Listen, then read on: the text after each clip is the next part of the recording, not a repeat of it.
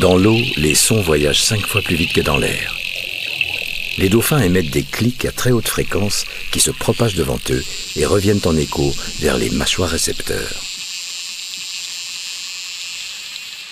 Comme les sons circulent différemment selon la densité des matières qu'ils traversent, les poissons enfouis dans le sable sont pour ainsi dire mis à nu. Les sons à basse fréquence permettent de voir loin, à plusieurs centaines de mètres, alors que les hautes fréquences donnent une image mentale plus précise, mais de moindre portée.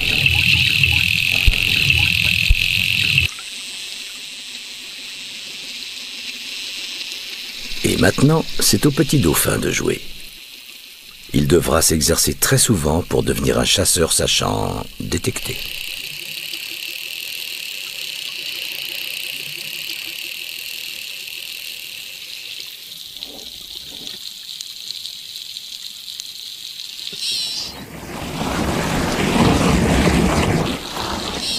Dans l'océan, où la visibilité est souvent mauvaise, l'écolocalisation vaut largement un bon flair.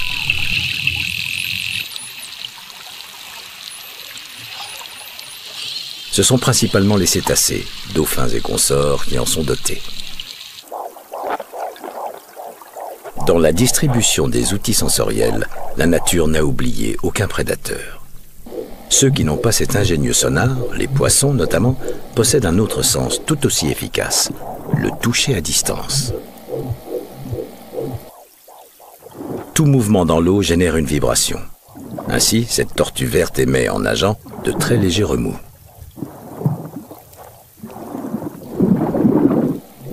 Ce requin se trouve à 150 mètres d'elle. Il ne la voit pas encore, mais perçoit distinctement ses vibrations. Comment ?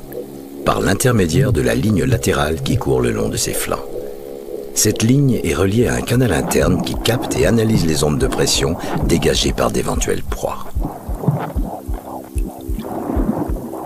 C'est comme si le requin les touchait de loin.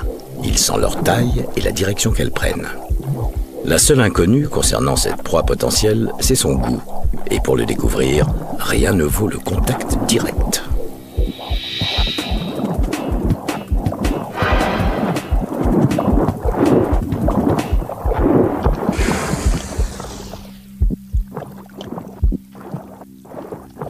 Avec cette petite merveille technologique, les requins ont sur le lagon un pouvoir de surveillance digne de Big Brother. Pour nous en convaincre, suivons l'un d'eux dans sa traque. Tenez, ce requin corail.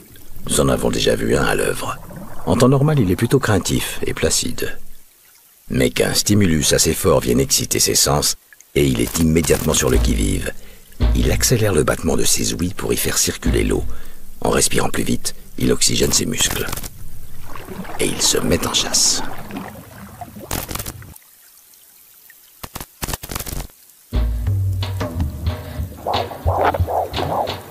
C'est d'abord le flair qui entre en action.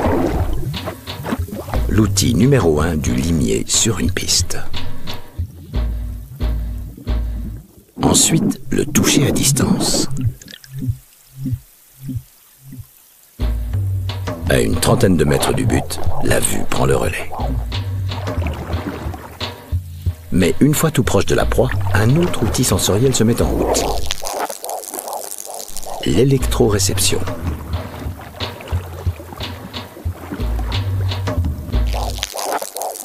Chez tout être vivant, les battements du cœur, les mouvements des muscles génèrent de l'électricité. Les requins détectent ces champs électriques. Comment ? Avec les canaux récepteurs remplis de gelée qui se situent autour de leur bouche, les ampoules de Lorenzini.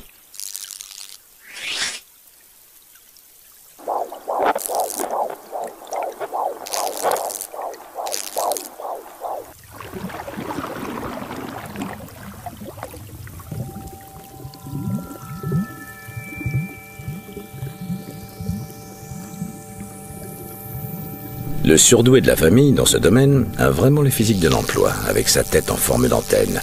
C'est le requin marteau. L'évolution a signé là un de ses chefs-d'œuvre. D'énormes rassemblements de 200 à 300 requins marteaux envahissent parfois le ciel marin. Encore qu'ils soient de plus en plus rares, tant les humains s'obstinent à saccager les océans. Avec tous ces détecteurs de proies en maraude, impossible de passer inaperçu, même bien camouflé. Heureusement pour ce poisson pomme de pin, un nouvel appel impérieux vient distraire ces requins corail de leur chasse.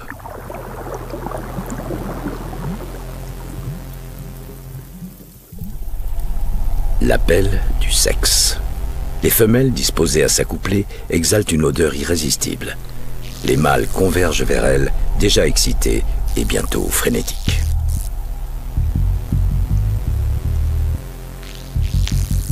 Ils n'obéiront qu'à une seule règle, celle de la sélection génétique qui pousse chacun d'eux à se reproduire coûte que coûte.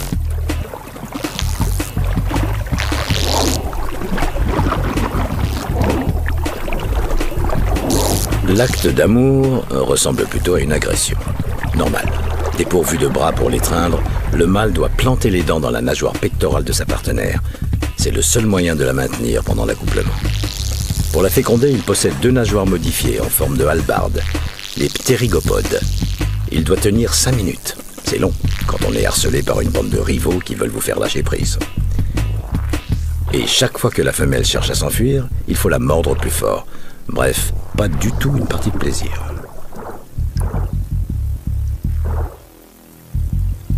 La voilà qui s'échappe pour de bon, mais pour être aussitôt assaillie par d'autres.